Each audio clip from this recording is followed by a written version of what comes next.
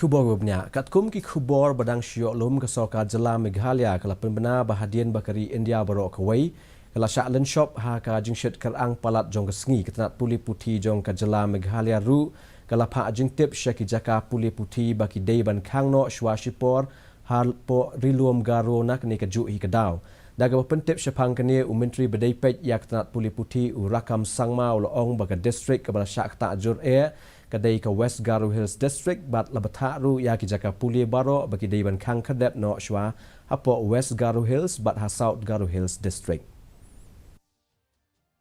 Because the mostly affected is as of now is West Garo Hills plant, mostly on the plant belt. There's certain region where the heat not much impacted.